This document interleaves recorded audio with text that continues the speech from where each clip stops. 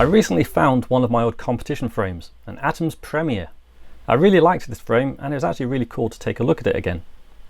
To try and get an edge over the competition, a few riders would modify their frames to save weight, myself included.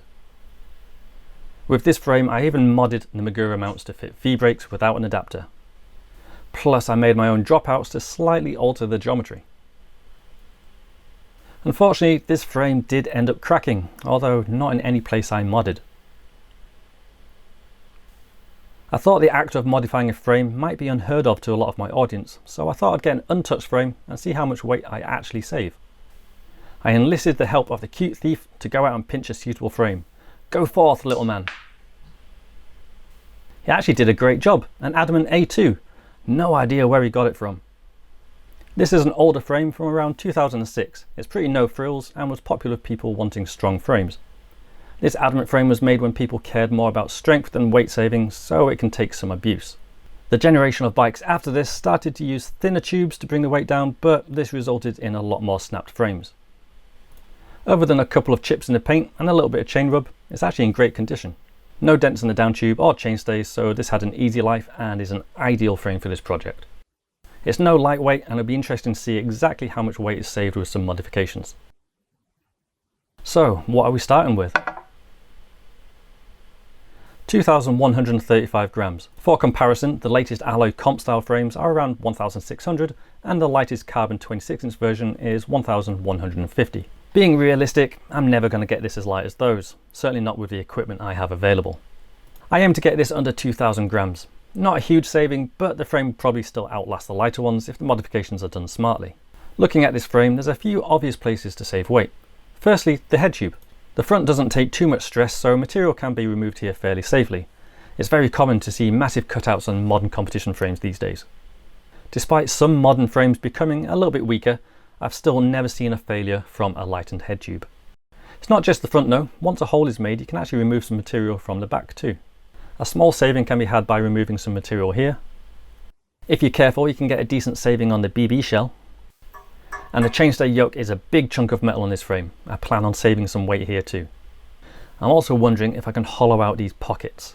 One obvious easy mod would be to remove the redundant gear cable guides. There's no way I'm using gears on this bike. Although I will leave on the brake hose guides. Before I do any of that though, the easiest weight saving mod is to simply remove the stickers. Though that's definitely not as satisfying as I hoped. That's better. I was curious to see how much weight saving removing the stickers had. 2 grams. Every little helps, but I've got a lot of work to do. The next obvious step is to remove the paint. Starchum seems to be the best stripper, so I bought the biggest tub I could get. This stuff can give you a nasty chemical burn, so you should definitely take more precautions than I do.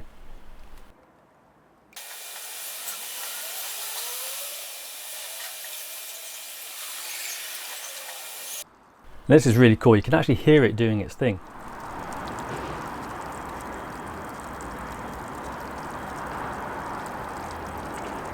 It's going to take a few passes to get every spot, and I didn't have a brush, which isn't ideal. I think this frame will look really cool when it's rawed.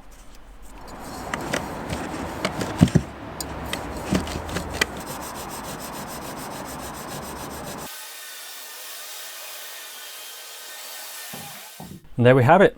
I actually think it came out great. I love seeing the raw welds. There are some stubborn bits of paint left, but it doesn't matter. I'll be modifying these bits anyway. So, how much did removing the paint help? 68 grams, not as much as I thought. Maybe it was just a thin layer, or maybe the frame is just small, but I thought I'd save more than that. Time to get serious and blast out the power tools. I knew this drama would come in handy one day. I'm going to start with the cable guides.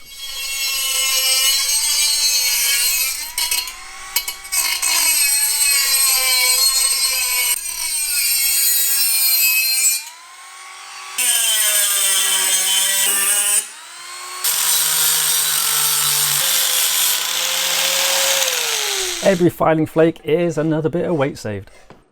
Happy enough with that. Now for something a little bit trickier. If you're going to eat a frog, don't spend too long looking at it. Hollowing these pockets will be the most difficult part, so I'm just jumping in and doing this first. I was worried I'd burn the Dremel's motor, so I'm trying a jewellery saw instead. Way more tedious, but it works.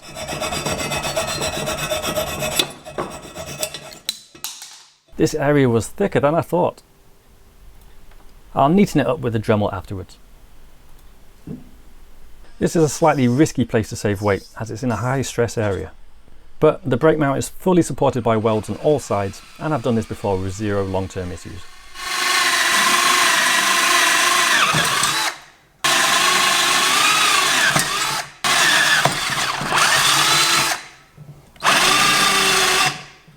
If you've got 2 frogs to eat the big one first. I've finished the dropouts, which I was least looking forward to doing. Now for the second least favourite bit, drilling through the very chunky chainstay yoke.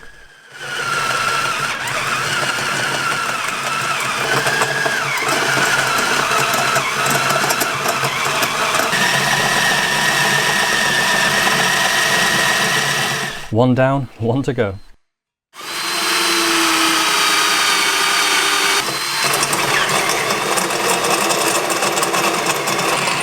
Having some better machinery would be nice.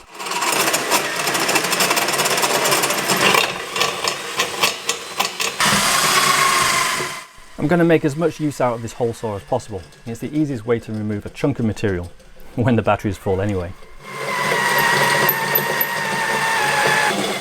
Gave it a charge and that's much better now. I'm slightly enlarging the hole with the Dremel.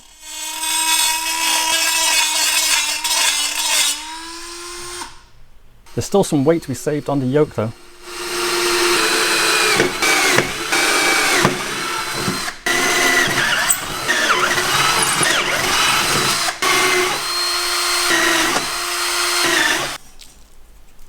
Next up, the BB shell. This may seem like madness, but again, I've had 4 seasons on a bike with huge holes in the shell with no issues.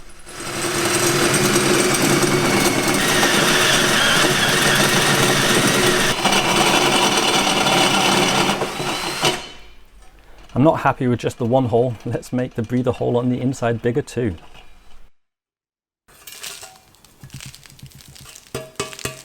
Still not happy. I think I can remove some more.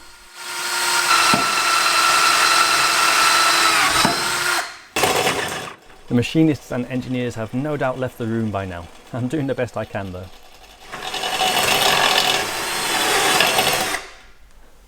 Not pretty, but you can't see most of this when the bike's built anyway. Drilling through the BB threads will definitely turn some heads, but again, I've done this before with no issues.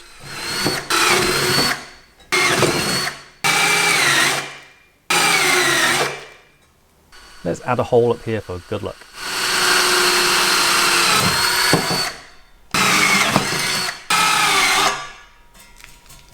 Decided to do a slightly risky hole in the yoke. If I don't line this up well, then I risk drilling through the weld on the other side.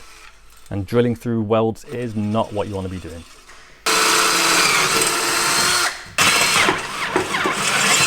Next, it's a head tube. I start by drilling 2 big holes. I'd rather use a much bigger hole saw, but this 18mm is all I had.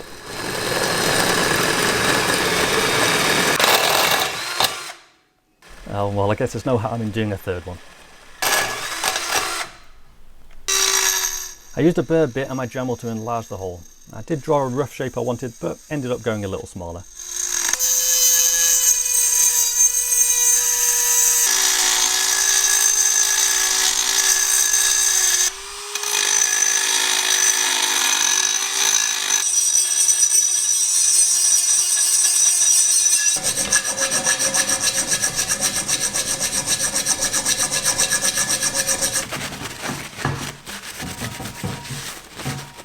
If I wasn't rushed for time with this video, I'd take longer to make the hole bigger and neater, but this is fine for my needs. I add bigger holes in the back of the head tube too.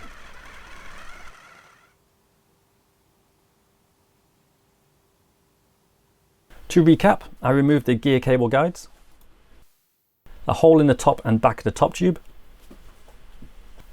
drilled through the back of the BB shell, and the bottom plus inside, Drilled plenty of holes through the yoke,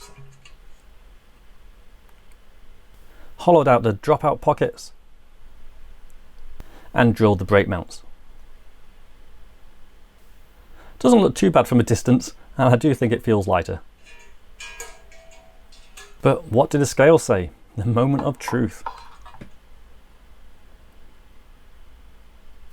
So, all that work for 158 grams saving, was it worth it? Short answer, no, it's not worth risking the strength of the frame for such little saving. 158 grams less wouldn't make you a world champion. But it's not just about saving weight, it's a mental boost knowing you've done everything possible to get an edge over the competition. Plus, I'm sure this frame will still be strong, which is another confidence boost. I guess the next step is to build it up and see how it rides.